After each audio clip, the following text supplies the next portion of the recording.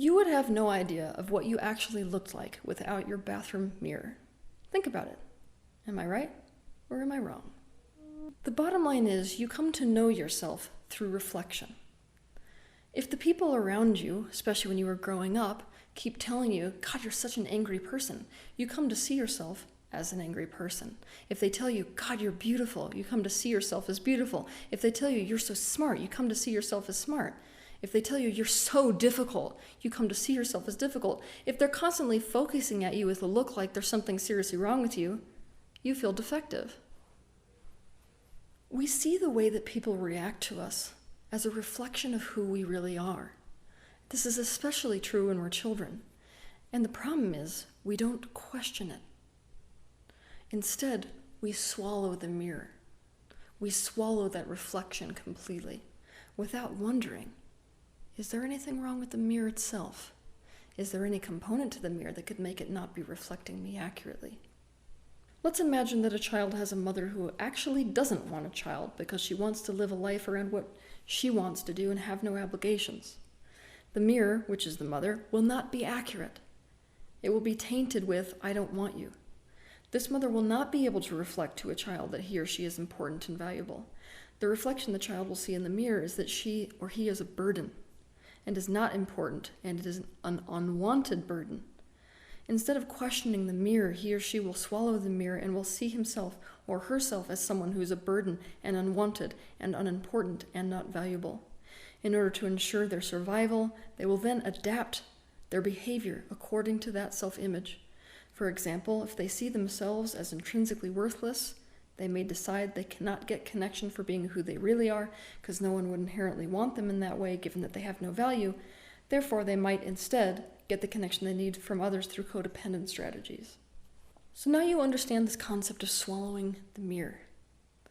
Now we swallow the mirror of ourselves being bad and wrong when we grow up in scenarios where we're surrounded by adults who will not take responsibility.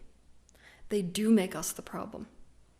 They deflected their own shame by blaming us for everything.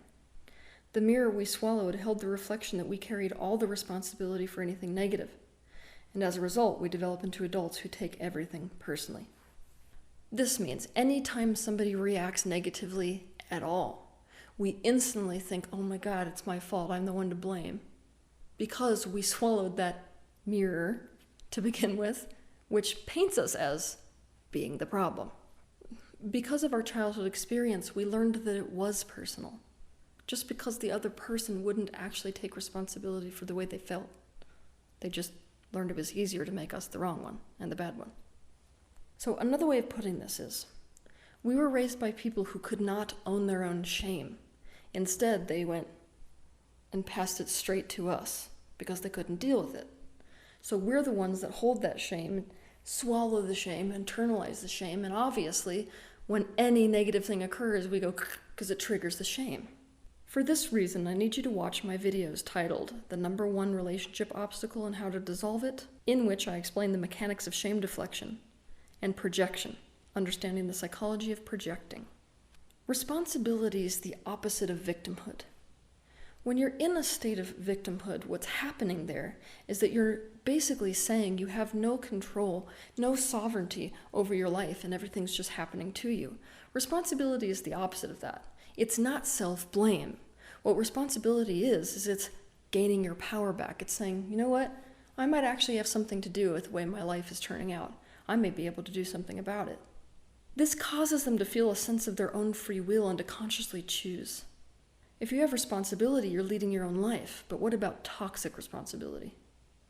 Responsibility is the opposite side of the scale from blame. Even though they seem like they're the same thing to people who have shame, they're diametrically opposed.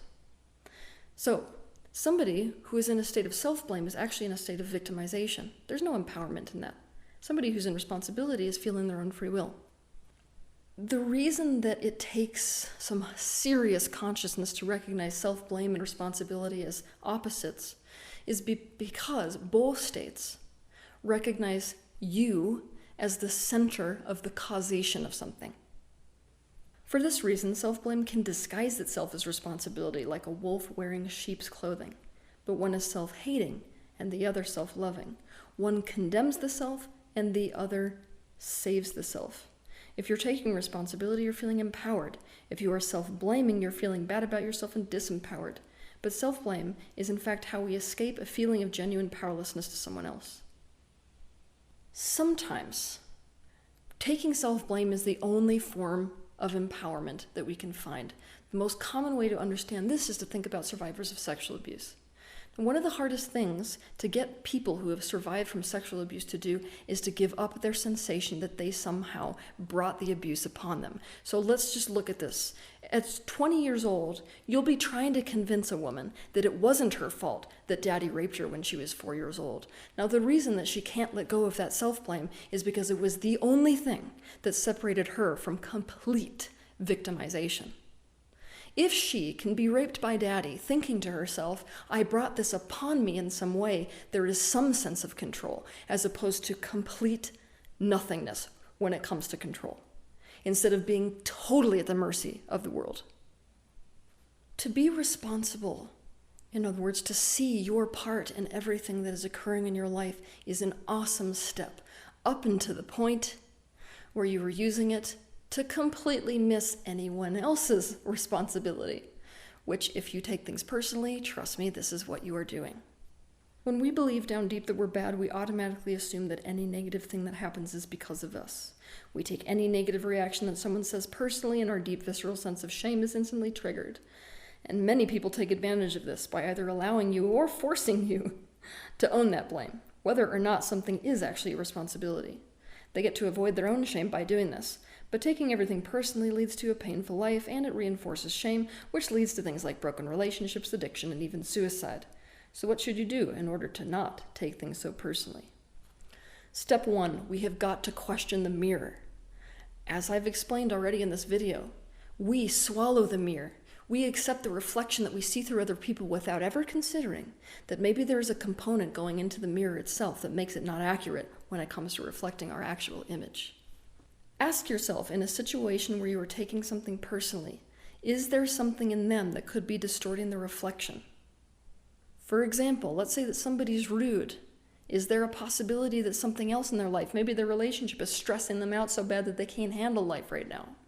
If they're furious at me, could I have triggered some unhealed wound from their past? If they're treating me like I'm a slut, could it be because they've disowned their sexuality? If they're treating me like I'm worthless because I have no money, could it be because their father traumatized them into feeling like they held no value unless they were financially successful?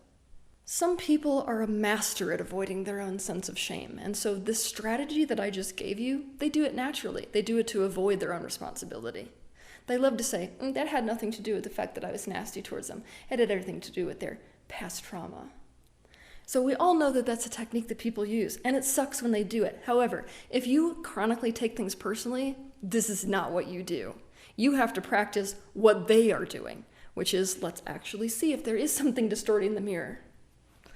2, if we struggle with shame, which we do if we take everything personally, we have an impossible time separating out responsibility that's ours versus responsibility that's not ours. For this reason, I want you to get in the habit, this is not a one-time thing, the habit of doing an exercise called what's mine and what's theirs.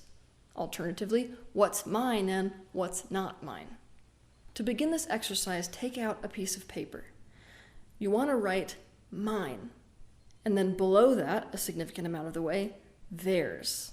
Or, if it's not about a person, not mine. And you're going to make a list of everything that is actually yours to own, your part in the situation, your responsibility, and the truth about how you participated in the situation. And you're going to do the same thing for them. Here's an example that a client did relative to herself and her husband post-divorce. His parents have a classic codependent narcissistic relationship and have raised him to relate in that same style. He was a child at the time and was not ready for marriage. He doesn't want to be there for a woman. He told me so himself. He is unattuned and has said that he doesn't care whether he hurts people emotionally. He decided to marry me even when he knew I had clinical depression, assuming he wouldn't have to deal with it. He just gave up with the pressure of taking care of me and didn't even communicate about it or put any effort into getting us help with it. He makes himself feel good by putting other people down. He didn't try to remedy the marriage at all, no therapy, just filed for divorce. He made it about me being too hard to handle instead of admitting that he really doesn't want a serious relationship, he wants a trophy wife. He spins everything that he does to hurt relationships into good things. He's not committed at all. The minute the going gets tough, he gets going. He can't be in a relationship with someone who has needs and who needs anything from him. As he puts it, quote, he will not sign on to be leaned on. He wants an independent woman who does not depend on him at all. He sees dependence as sickness. He was so self-centered that when I was in labor, he focused on how much discomfort he was in because of feeling sleep-deprived, because I needed his support. Now, this was her mind category. I was so desperate for belonging that it didn't matter what man I was with. Because of this, I had no discernment with men. I get like a starving person willing to eat poisoned food. I struggle with clinical depression. This is too much for me, much less other men. I married him 1 month after meeting him. I was obsessed with pregnancy because it meant belonging to me. I wasn't concerned with whether the man I was with actually wanted it. I feel ashamed that I can't cope like normal people. I didn't have the money for therapy at the time, so I didn't go to therapy, which put all that pressure on my partner. I told him I could be a stay-at-home mom when I had no support system, and it wasn't true. I didn't realize I couldn't do that because I couldn't see my limitations. 3, do a meditation where you give back what isn't yours. This means the responsibility or any shame that was placed on you, that reflection in the mirror that may not have been actually about you. You basically give all that energy back. Now, you can create your own meditation or inner journey work process where you do this, or you can follow along with the meditation that I specifically created for this. To access the guided meditation that I offer for this process, visit my website, www.tealswan.com, and click Shop on the menu. 4, if you take everything personally, you are relying on other people's reflection to tell you who you really are. For this reason, you struggle to find your own authenticity. For this reason, I want you to watch my video titled How to Be Authentic. 5, put yourself in other people's perspective. Oftentimes, when we're taking everything personally, we haven't put ourselves in somebody else's shoes enough to see what's actually going on with them. For example, if you put yourself in somebody else's shoes, you may be able to feel, oh wow, that reaction really wasn't about what I did. It's the fact that they're experiencing this thing in their life right now. Or this is their history, or this is what it feels like to be them in the world. Now, their reaction makes sense and it's not all about you. I have an exercise for doing this. To understand it, you can watch my video that's titled The Octopus Technique. Step 6, you've got to face your own shame. The root of taking things personally is shame. That's the bottom of it all. Your self-concept is shame. For that reason, I want you to focus on resolving your shame. You can start by watching my video titled How to Overcome Shame. We all take things the most personally when people hit our sensitive spots. For example, if I feel confident that I'm doing something right, I won't feel insecure or take it personally when someone says I'm doing it wrong. If I'm insecure that I'm overweight, I will take it personally if someone makes a joke about weight. Recognize that when we're taking things personally, often a deep wound or sore spot that is unhealed is being triggered. To learn how to heal these old wounds, try out my process called the completion process, which is outlined in detail in my book titled The Completion Process. 7, question the meaning that you are adding to each experience. This is what you're doing if you're taking things personally. You're making their reaction mean something about you, or about something you did. Now, meaning does not inherently exist.